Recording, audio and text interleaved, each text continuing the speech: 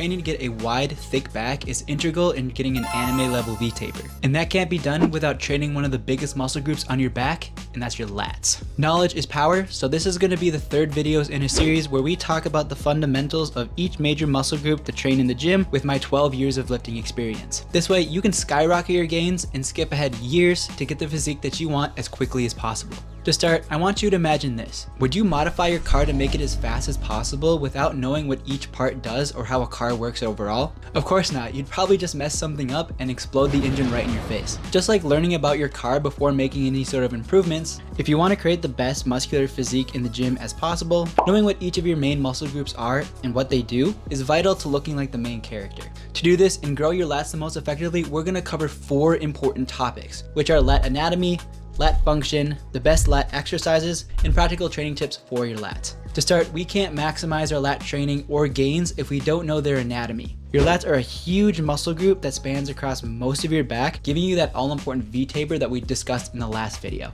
Their biggest connection points are on the front of your upper arms, and they wrap around your ribs to your mid and lower spine and to the top of your hip bones. And since we're nerds here, just for fun, they also connect to your lower 3 to 4 ribs and onto the lower part of your shoulder blade to some degree. However, not everybody has these connections. Since your lats are so big, you could probably imagine that they're a part of plenty of different back exercises. But what do the lats specifically do? As I said in previous videos, you can actually figure out what a main function of a muscle group is just by looking at the direction of the fibers. The lat fibers run down at varying angles across your back. This means that when they contract, they pull your upper arm towards and behind your body in what's called shoulder extension and shoulder adduction. Then, to get the all-important stretch on them, you simply just do the opposite. If you have a keen eye, you may notice that the lat fibers run anywhere from almost vertical to almost horizontal. This means that if you want to hit your lats completely, you need to train by pulling your arm towards you at a variety of different angles. Okay, so really quick, when I was editing this, I realized that I didn't really like how I worded the next couple sections. What I really mean is to emphasize one part of the fibers over the other.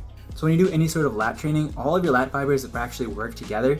You don't simply hit one versus the other. All you're doing is just shifting the emphasis from one part to another depending on what exercise that you choose. For the vertical fibers, you need exercises that pull your arms from straight above you down towards your pelvis, mainly in the form of pull downs and pull ups. Hitting these vertical fibers are what really gonna help widen your back and give you that all important V-taper. For your horizontal fibers, which will thicken your back, you want to train with exercises that pull the weight from out in front of you with any sort of rowing motion. To start with any row or pull down, use a grip that is within or just isn't too much further past shoulder width. This is because if you grip too far out, you risk engaging other muscle groups, therefore not getting the best stimulation as possible. To keep it simple, try to use a grip width that makes it easy for you to keep your elbows tucked into your sides. As you grab the handle or bar or whatever attachment that you use, try starting out with a neutral grip where your palms are facing each other. This is because other grips such as underhand and overhand tends to shift a little bit of the focus to your biceps and traps respectively. However, as I always say, always try to experiment and try to find what's best specifically for you.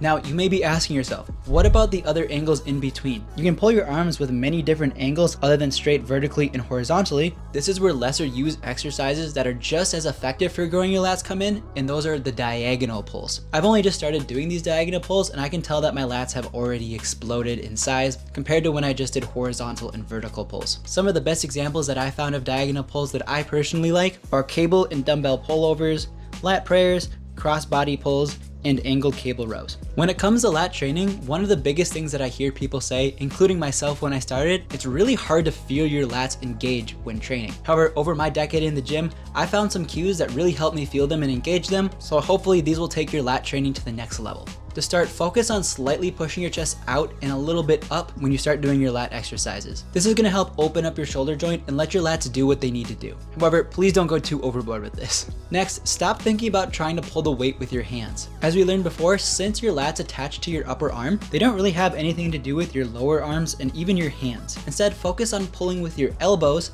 and I specifically like thinking about the back of my elbows to be more specific. Thirdly, as you're thinking about pulling with your elbows, imagine that you're arcing or scooping straight down with them instead of pulling in a straight line. This way, you're gonna minimize bicep involvement and making sure that you maximize the stimulus to your lats. So if you liked or learned anything from this video and you wanna learn more about how to get a sick V-taper, try clicking on this video right here where you learn about the most important muscle group for looking jacked.